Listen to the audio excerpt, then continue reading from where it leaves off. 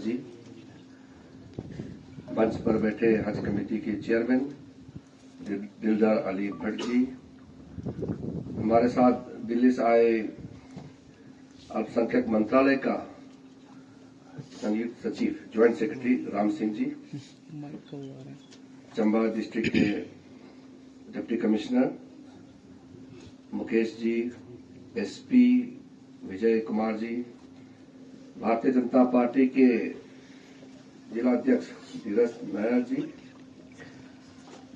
और राजेश जवेयाल जी, SDM Tessa, यहाँ जितने ऑफिसर्स आए हैं, हमारे पार्टी के डिस्ट्रिक्ट और मंडल के जो अध्यक्ष हैं, पदाधिकारी हैं, और यहाँ पंचायत के सदस्य हैं, बुजुर्ग हमारे सीनियर सिटीजन्स आए हैं, काफी मात्रा में युवा वर्ग मुझे दिखाई दे रहे हैं।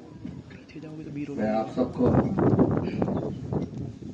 धन्यवाद देता हूं कि मुझे यहाँ सब इस कार्यक्रम में सहयोग देने के लिए। आज जो 2 परियोजनाएं यहाँ हमने शिलान्यास रखा है, उसका एक तरीके से आप भी सम्मिलित होने के लिए आए हैं और इस खूबसूरत और देवभूमि के पहाड़ों का जो यहाँ देवी देवता होते हैं, उनका आशीर्वाद प्राप्त करके हम आगे काम करते हैं तो बल मिलता है, ताकत मिलती है। इसलिए मैं सभी देवी देवताओं के चरण में भी प्रणाम नमस्ते करके मैं 1-2 बार रखना चाहता हूँ। हिमाचल तो कई बार आए हैं, लेकिन बहुत दिनों से मैं चंबा का बियॉन्ड जाना चाहते थे। लगभग 5 साल पहले, 5.5 साल पहले मैं चंबा आए थे। उस समय मैं खेल और आयुष मंत्रालय देखते थे, तो मुझे लगा कि ये जगह तो बहुत खूबसूरत है, लेकिन हिमाचल के अंदर में भी ये थोड़ा अंदर हो गया। यहाँ पहुंचने के लिए थोड़ा सा मेहनत करना पड़ता है। शिमला, ये सब धर्मशाला तो तुरंत पहुंच जाते हैं, यहाँ थोड़ा दूर हो गया तो आने में टाइम लगता है। और यहां से आगे आप पांगी वगैरह सोचेंगे तो वो और भी काफी दिक्कतें हैं। उनके एमएलए भी आए, कल हमारे साथ में थे, पांगी भरमौर के। तो आज यहाँ 2 कार्यक्रम लेकर के आपके बीच में यहाँ आए हैं। यहाँ से फिर हम सलोनी जाएंगे। तो ये जगह वैसे तो बहुत खूबसूरत है। बंजरारू तीसरा इलाका, मैंने ज्वाइंट सेक्रेटरी राम सिंह जी को जो बोला कि चंबा से आगे का कोई स्कीम बनाई है, उन्होंने जैसे बताया आपको, बहुत अच्छा जगह में स्कीम चयन किया है। मुझे अच्छा लगा यहाँ पहुंच के, और मुझे लगता है कि आपने कई मुझे जो स्कीम मेमोरेंडम के हिसाब से दिए हैं, उसका भी हम लोग कुछ आकलन करके, कुछ मेरे विभाग से भी हो सकता है 1-2 कार्यक्रम और बाकी मंत्रालय से भी, और जो बड़े मुद्दे एमपी साहब ने जो रखा है, वो भी उसको भी मैं आश्वासन देता हूं, उनका पूरा मैं साथ दूंगा। मैं डिटेल से एक कार्यक्रम के बारे में तो नहीं बताऊंगा, क्योंकि बहुत सारा पॉइंट्स रखा है। आपके एमएलए साहब ने भी कुछ मेमोरेंडम यहाँ छोड़े हैं, और दिलदार अली भट्ट साहब जो हज कमेटी के, उनके भी कुछ डिमांड्स है। कई पॉइंट्स मेरे पास में आए हैं। मैंने तुरंत कुछ पॉइंट्स को तो देखे हैं। कुछ काम तो हम लोग जोर लगा के जल्दी कर सकते हैं, कुछ काम लेकिन क्योंकि यहाँ सरकार, प्रदेश सरकार से तालमेल करके करना होता है, वो तो आप लोग सबको मालूम है।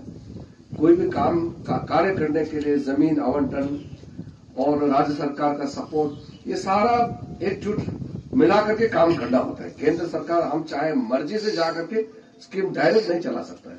ये हमारा संविधान में नियम बनाया हुआ है, प्रावधान है कि राज्य सरकार स्कीम का पूरा हिसाब किताब ठीक ठाक करके, रूल के तहत पूरा करके जब भेजेंगे तो दिल्ली से काम कर सकते हैं।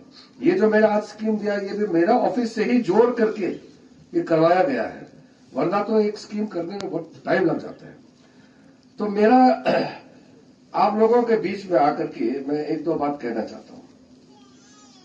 हम लोग तो सब, जैसे बताया गया, पहाड़ी आदमी है, पहाड़ी लोग होते हैं वो थोड़ा सीधा साधा होता है, भोले होते हैं। तो मैं हमेशा अपने पहाड़ियों को बोलता हूं कि सीधा साधा तो अच्छी बात है, भोला होना भी ठीक है, लेकिन बेवकूफ नहीं होना है।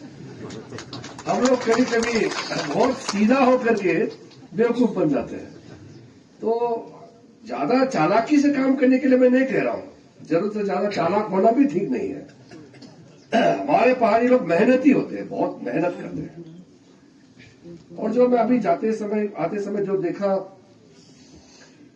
कितना मुश्किल पहाड़ में ऐसा बिल्कुल स्लोप जो है इतना कठिन में वहां खेती किया हुआ है, घास काट करके जमा करके रखा हुआ है जानवर को खिलाने के लिए।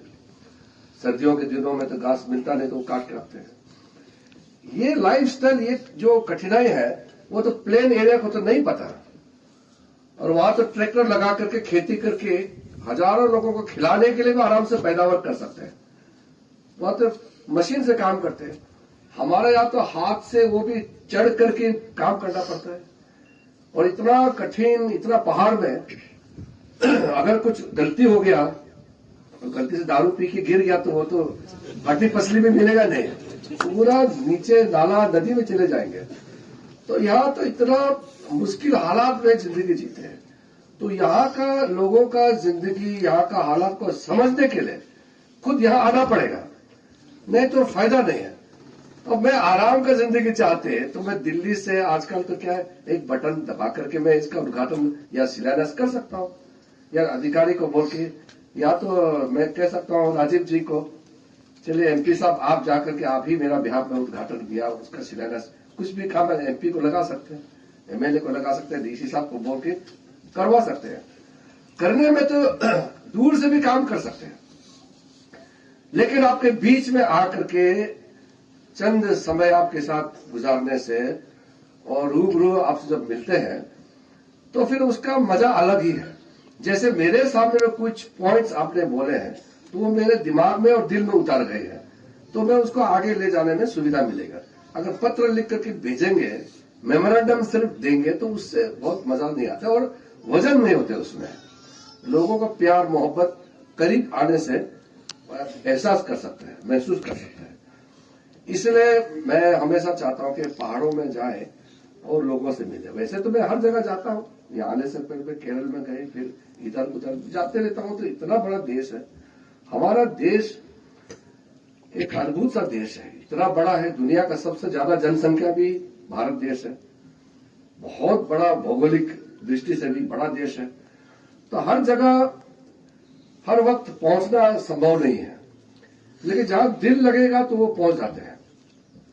पिछली बार जब मैं शिमला से होकर के किन्नौर साइड गई, फिर स्पीति लाहौल, तो उसमें पहली बार 4 रात मैंने हिमाचल में गुजारे। नहीं तो लोग अगर सोचेंगे कि मंत्री, कैबिनेट मंत्री एक राज्य में अगर 4 दिन बैठेंगे तो देश कैसे चलाएंगे। तो काम तो चलता है, लेकिन दिल होने से आप टाइम दे सकते हैं। तभी हमारा संसद का दूसरे सत्र बजट सेशन चलने वाले हैं, तो हमने सोचा कि इससे पहले चंबा जिले जाकर के मिल के आ जाओ। तो हमारे जो ज्वाइंट सेक्रेटरी है, जैसे उन्होंने बताया, वो तो लाहौर के हैं, राम सिंह जी आईएएस ऑफिसर है, सीनियर ऑफिसर है, तो वो तो आपके हिमाचल के हैं। तो मैंने उनको कहा कि आप खुद जगह देख के ठीक ठाक हिसाब किताब ठीक करो, फिर मुझे समय बताइए। फिर ये समय मिला के हम आए हैं, यहां से हम सलोनी भी जाएंगे। फिर ऐसे करते फिर हम धर्मशाला चले जाएंगे। तो यहां प्राकृतिक दृष्टि से जो मैं देखता हूं, तो अब सरकार का जो टारगेट है, सरकार का एफर्ट है, वो नेक्स्ट लेवल ले जाना पड़ेगा। अभी जो बुनियादी सुविधाएं लगभग आपको मिल चुके हैं। मोदी जी आने के बाद उन्होंने कहा, हम लोग जब पहली बार मंत्रिमंडल बैठक हुई थी 2014 में, तब पहला मीटिंग में उन्होंने कहा कि देखो, भारत देश आजादी हुए इतने साल हो गए, अभी भी कई गांव ऐसे हैं सड़क नहीं पहुंचे हैं, किसी को बिजली नहीं पहुंची, पानी मिला नहीं है। तो हमारा जो 2 टर्म, मोदी जी के 2 टर्म में आपने देखा होगा, गांव गांव जो अटल बिहारी वाजपेयी जी ने पीएमजीएसवाई सड़क बनाने का कार्यक्रम शुरू किया, उसको जितने दूर दराज इलाके हैं सब तक पहुंचाने का, लोगों का घर तक पानी का नल जहां से पानी आता है लेकर के नल में जल भर के आपको घर में पहुंचाना, गरीबों को चावल जो भूखा ना मरे, भूखा ना सोए, घर तक चावल पहुंचाना है, बिजली पहुंचाना है, गैस पहुंचाना है, आपका अकाउंट खोलना है, बाकी कई कार्यक्रम चलते हैं भारत सरकार के, वो अकाउंट आपका अकाउंट में सीधा पहुंचाना है।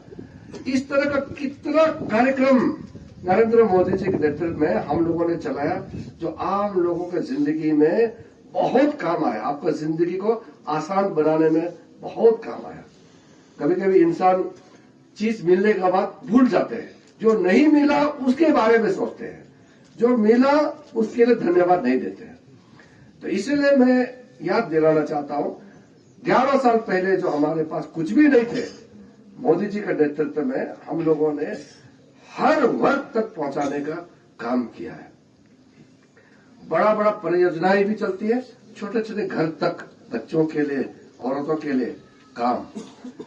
अब जो मैं कहना चाहता हूं कि आगे मुझे लगता है कि आमदनी आपको बढ़ाने के लिए, आपका जिंदगी और बेहतर हो, सुविधाएं तो मिल गई हैं।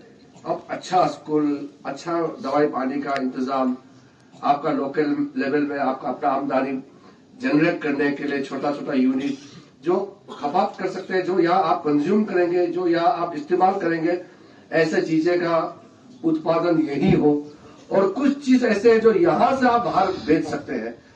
तो कॉमर्शियली काफी चीजें हमको आगे बढ़ना पड़ेगा।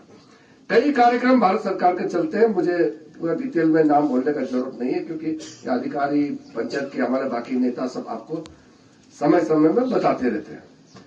मेरे मंत्रालय में जो राम सिंह जी ने जो कहा, national minority development finance corporation के तहत हम छोटे छोटे टारगेट करते हैं, लोन देने के लोग भी लोन दे सकते हैं। उसके अलावा कई जो इस तरह का हम लोग, आप यहीं बैठ करके यहीं से आप अपना काम चला सकते हैं और इसको लोग ज्यादा यहाँ आए, टूरिज्म के दृष्टि से लोग ज्यादा यहाँ आपके यहाँ पर्यटक घूमने के लिए आए, तो आपके यहाँ होम स्टे वगैरह जो यहाँ एक दो तो पहले से बनाया हुआ है, आगे कैसे ले जाना है, और फिर यहाँ से पांगी का जो टनल का और बड़ा रास्ता का जो फ्यूचर प्लान है, ये सारा करके इसको एक सेंटर बनाना, ताकि ये कोने में दूर दराज ये अलग थलग ना रहे, आगे हम लोगों को करना है।